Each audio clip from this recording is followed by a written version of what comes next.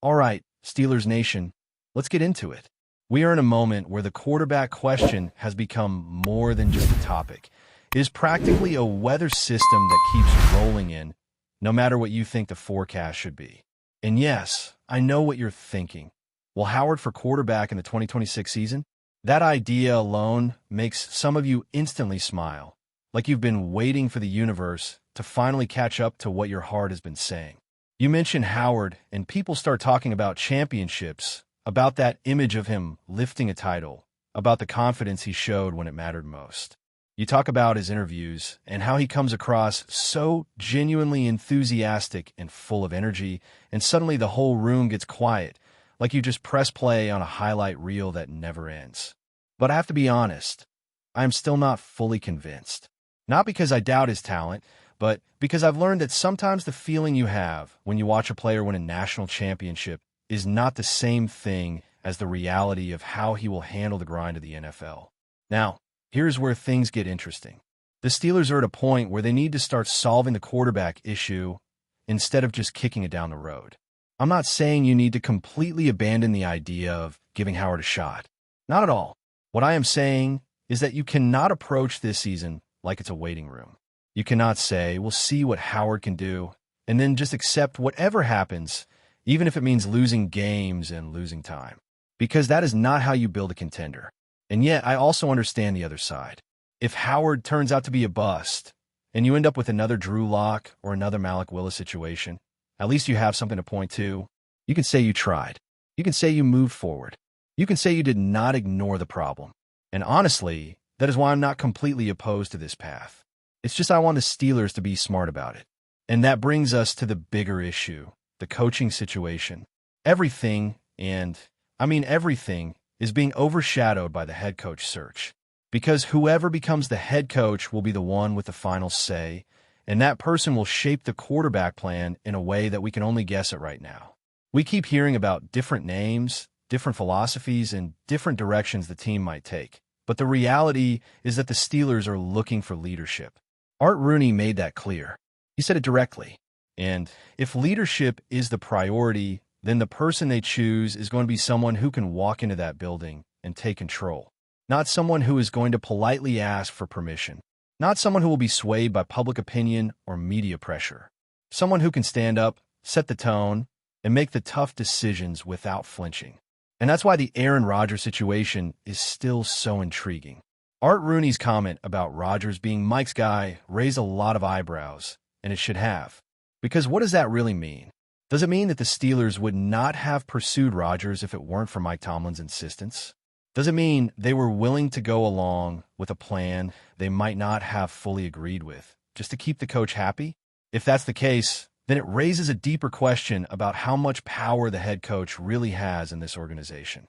And it also suggests that the Steelers may have been trying to solve their quarterback issues sooner than they actually did. Because if they were willing to bring in a veteran like Rodgers, then why not make the move earlier? Why not start this process in 2025 instead of waiting? The more I think about it, the more I believe that the Steelers are going to take a very deliberate approach to the quarterback position.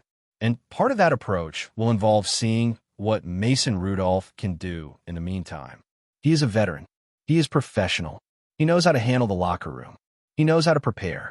And if Howard struggles, you need someone who can step in without the team falling apart. That is not a small thing. It matters. It matters a lot. Because if you're going to take a gamble on a young quarterback, you need to make sure you have a safety net. And then there is the question of the draft. The 2026 quarterback class is being talked about, but right now is still a mystery. The Steelers have been linked to several names, and some of them are intriguing. But the truth is, there is no guarantee that any of them will be the answer. That is why I think the Steelers have to be willing to move quickly if the right opportunity presents itself. If they like a prospect, they should be ready to trade up. They should be ready to take the shot, because waiting could cost them the chance to get the quarterback they need. But what about the idea of bringing in someone from outside? The free agency quarterback class is not exactly stacked. Malik Willis is the most talked about name, and he has certainly shown flashes of being electric. You look at his numbers from the end of the season, and you start to wonder if maybe he is finally coming into his own. He completed almost 80% of his passes in those games, threw for close to 1,000 yards, and had 6 touchdowns with no interceptions. Those are not bad numbers. They're the kind of numbers that make you sit up and take notice. But you also have to ask yourself, was that performance the result of being in a situation where he did not have the pressure of being the starter? Was it because he was playing in a system that suited him? Or was it because he is finally growing into his potential? And then you have to decide what you want to do with him. Do you bring him in as a potential starter? Do you put him in a Justin Fields type situation where you try to develop him while also giving him time to grow? Or do you bring in someone like Fields himself, who is available in free agency and has already proven he can handle the NFL? These are the questions that will define the Steelers' next few seasons. And the answers will depend largely on who the head coach is. So yes, there's a lot to think about, a lot to debate, a lot to argue about. And in the middle of all of it, there is one clear truth. The Steelers are at a crossroads. They're facing a moment where they need to decide whether they're going to build for the future or keep hoping that the future will simply arrive on its own. And if they want to build something real, they need to start making bold moves, not just safe ones. They need to be willing to take risks, but they also need to be smart about it. Because the wrong move could set them back years, and the right move could put them back on top. Now, I know that a lot of you are already making up your minds. You have your favorites. You have your favorites for the head coach, for the quarterback, for the whole direction of the team. And that's fine. That's what being a fan is all about. But I'm going to keep saying this. The most important thing is not who you want. It's who can actually do the job. And the Steelers have to find someone who can lead. Someone who can bring the team together. Someone who can make the tough calls. Someone who can take the reins and hold them tight. Because if they do, then everything else becomes clearer. The quarterback decision becomes easier. The draft decisions become more confident. The free agency decisions become more purposeful. And the Steelers can start building again. Not just for a season, but for the long term. So as we move forward, keep an eye on the coaching search. Keep an eye on the quarterback situation. Because those two things are connected. They always have been, and they always will be. The Steelers are not just looking for a player. They are looking for a leader. And the question is whether they will find one in time to make the difference. If you thought the quarterback conversation was intense, just wait until you start looking at the coaching search from a different angle. Because it all comes down to one central idea: leadership. Art Rooney made that crystal clear. And if you want to understand what that means for the Steelers, you have to imagine someone walking into the building and instantly changing the tone. Not with words, but with presence, with authority, with the kind of confidence that makes people sit up and listen. The Steelers are not looking for a coach who will simply run plays and manage the clock. They are looking for someone who can take the franchise back to the kind of identity it once had, where discipline and toughness were the default setting, not an option. And that brings us to the question of what kind of leader the Steelers will choose. Because the names that keep coming up are not just names. They represent different styles of leadership, different philosophies, and different visions for what this team should be. Some people want a coach who is a disciplinarian, someone who will demand accountability at every level. Others want someone who is more modern, someone who can connect with players, build relationships, and create a culture that feels like a family. And both of those approaches can work. But the Steelers have always been a team that values structure. They value tradition. They value a certain kind of toughness that you can't fake. So the question is whether the organization is willing to stay true to that identity, or whether they're going to try to reinvent themselves in a way that may not fit what the Steelers are. That's why the Rams connection keeps coming up. Because people are fascinated by the idea of bringing in someone like Chris Shula or Nate Shilhasa. The Rams have been successful in recent years, and those names have a lot of buzz around them. But the truth is that the Steelers have to be careful. The Rams model might work for the Rams, but that doesn't mean it will work in Pittsburgh. The Steelers are not the Rams. The fan base is different. The expectations are different. The history is different. And the pressure is different. If the Steelers bring in a coach who is not prepared to handle that, then it could be a disaster. And that's why I don't think the Steelers will rush into anything. They have been deliberate in the past, and I expect them to be deliberate now. Because this is not a situation where you can just pick a name and hope it works out. This is a decision that will define the next decade of Steelers football. It will define the identity of the team. It will define how the players respond. It will define how the draft is handled. It will define how free agency is approached. And it will define whether the Steelers are going to be a contender again or whether they're going to stay stuck in the same cycle of mediocrity. Now, I want to talk about something that a lot of fans are not comfortable talking about, the reality of the quarterback position in Pittsburgh. Because the truth is that the Steelers have been trying to solve this for years, and they have not been successful. They have tried different approaches. They have tried developing players. They have tried bringing in veterans. They have tried trading for quarterbacks. And none of it has produced the kind of sustained success that the Steelers expect. So the question is whether the organization is willing to take a more aggressive approach. And that is where the idea of trading up comes in. Because if the Steelers see a quarterback they like and they believe that player is the real deal, then they should be willing to make the move. They should be willing to give up assets to secure the future. Because the quarterback position is the most important position in football, and if you don't get it right, everything else becomes a struggle. You can have a great defense. You can have a great offensive line. You can have a great running game. But if you don't have a quarterback who can lead the team, then you will never reach the level of success that the Steelers want. And that is why I think the Steelers need to be open to all options. They need to consider the draft.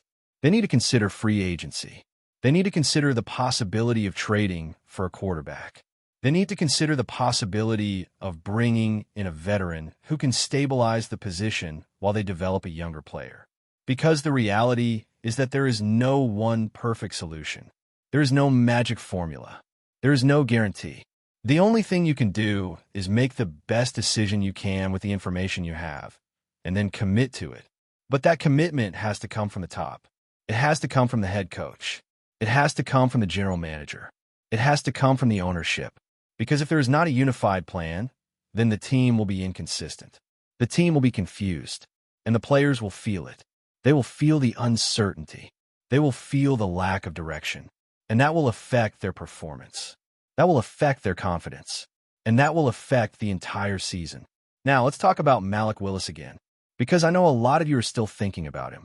And I get it. His late-season performance was impressive. It was the kind of performance that makes you wonder if he is finally ready to be a starter. But you have to remember that he is still a risky option. He has always been a high-ceiling, high-risk type of player. And the Steelers have to decide whether they are willing to take that kind of risk. Because if he fails, then you have wasted a valuable roster spot and you have delayed the process even further. But before we dive in, don't forget to subscribe to Steelers Nation Central and hit the like button on this video. Your support helps us keep bringing you the latest updates on the Pittsburgh Steelers. And don't forget to share your thoughts on the news in the comments below. Shockwaves may be rattling the AFC North as rumors swirl about a potential seismic shift in the coaching landscape.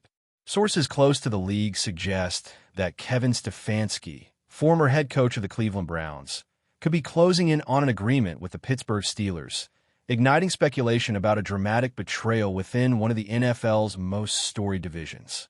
Stefanski, who guided the Browns with a measured, strategic hand, is now reportedly eyeing a fresh challenge, one that would see him cross the divisional divide and assume a leadership role with a longtime rival. The mere suggestion of Stefanski donning black and gold has sent fans and insiders alike into a frenzy. For years, the Browns and Steelers have clashed in hard-fought battles, and any move of this magnitude would not only alter the dynamics of the AFC North, but could also reshape the perception of loyalty and rivalries in professional football. Questions abound. How will Browns supporters react to a former coach potentially joining their fiercest competitors? Will the Steelers roster adjust seamlessly to Stefanski's methodical approach? Or could friction emerge as expectations collide with the realities of a new system? Analysts point out that Stefanski's tenure with Cleveland was defined by a balanced offense, creative play calling, and a knack for cultivating quarterback talent. Translating that formula to Pittsburgh could yield tantalizing possibilities, particularly if the Steelers are looking to revitalize an offense that has struggled with consistency. Meanwhile, whispers around the league suggest that Stefanski's move might be influenced by philosophical alignment with Pittsburgh's front office, access to personnel, or a desire to leave an indelible mark on a franchise with a rich legacy. Of course, nothing is confirmed, and both teams remain tight-lipped, feeding the rumor mill and heightening intrigue. Social media is alight with speculation, fan theories, and heated debates about what such a shift could mean for divisional supremacy. Could this be a masterstroke by the Steelers, a bold gamble that pays off, or a story that ultimately unravels before reaching reality? Only time will tell, but for now, the possibility of Stefanski striding onto the Steelers sideline is enough to send shockwaves through Cleveland and beyond, leaving the AFC North bracing for a twist that could rewrite its narrative entirely. That's it for this update.